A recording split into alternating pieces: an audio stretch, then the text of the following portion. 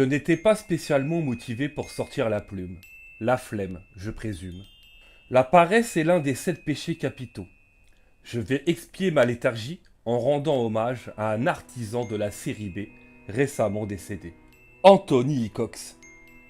Les chats ne font pas des chiens, même si parfois certaines créatures ont le goût du risque. Expression certes guindée, mais appropriée. Son papa, Douglas Hickox, fut le réalisateur du film culte Théâtre de sang avec Vincent Price, film de chevet d'ailleurs de Wako Jako. Baigné depuis sa tendre enfance dans la série B britannique, son baptême de feu dans le genre sera Waxwork. Dans la vie d'un cinévore, parfois, des films légers pèsent plus lourd à côté des films réputés. Et Waxwork en fait grassement partie. Digne représentant de la petite série B, réputée du vidéoclub. Peu présenté dans la presse d'époque, et de nos jours presque inconnu pour le nouveau public des 2000 accro au cinéma de genre. Le genre de film, loué d'abord grâce à sa belle jaquette, puis ensuite à la réputation liée aux qualités intrinsèques du long métrage. Édité chez Vestron, l'éditeur culte, reconnaissable avec leur boîtier bordeaux élégant. Waxwork sort du lot par sa générosité à toute épreuve. Déclaration d'amour viscérale aux monstres sacrés de la littérature et du cinéma fantastique. Les vampires, les loups-garous, le marquis de Sade, le bébé du monstre et vivant de Larry Cohen, Audrey 2, la plante carnivore de la petite boutique des horreurs de Roger Corman, etc. La liste est longue, comme le nombre de nanars réalisés ou produits par Luc Besson. Les acteurs sont dans le ton. Les jeunes issus de la haute bourgeoisie sont tous attachants. On a le droit à David Warner en directeur maléfique du musée, ou encore l'acteur Patrick Macnee en oncle handicapé aventurier. On a le droit aussi à Zach Galligan en protagoniste principal, le héros des 2 Gremlins de Joe Dante. Mention spéciale pour l'actrice jouant sa petite amie. Attirée par le masochisme, elle dégage une beauté obsolète, une fragilité convenant parfaitement à son sketch. Scène d'ailleurs assez troublante lors de mon premier visionnage du haut de mes 9 ans.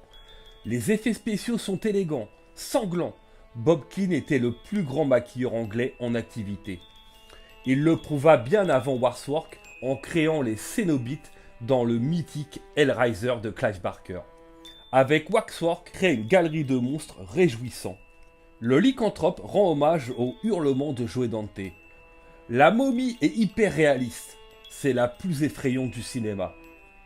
5 minutes de pure terreur rattrapant des centaines d'heures de films de momies léthargiques et austères. Le réalisateur continuera jusqu'au bout de sa vie à œuvrer dans le genre avec plus ou moins de panache. Je conseille le génial Warlock 2 et le sympathique Hellraiser 3. Le climax final tient toutes ses promesses.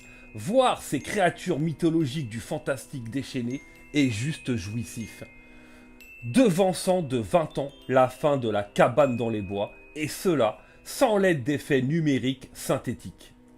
Un moment de pure bravoure concluant avec panache cette série B hautement qualitative. Waxwork aura le droit à un 2e épisode, plutôt bon mais fauché comme les blés, avec toujours le réalisateur à la barre et Zach Galligan plus cabotin que jamais. Waxwork 2 verse dans la gaudriole, moins inspiré mais attachant tout de même. Mention spéciale au petit rôle hilarant de Bruce Campbell. Waxwork premier du nom ne bénéficiera jamais du statut de film culte. En témoin sa disponibilité en Blu-ray pour 10 € sur le site du Chat qui fume. Waxwork restera malgré tout son plus grand film. Son coup de maître. Ton musée de cire a de la classe. Dire le contraire, c'est prendre le risque de passer pour un triste cire. Osez entrer dans le musée de l'horreur, vous ne serez pas déçus. Anthony Hickox vous fait voyager en première classe dans l'univers de la série B où le bis n'est que bonheur.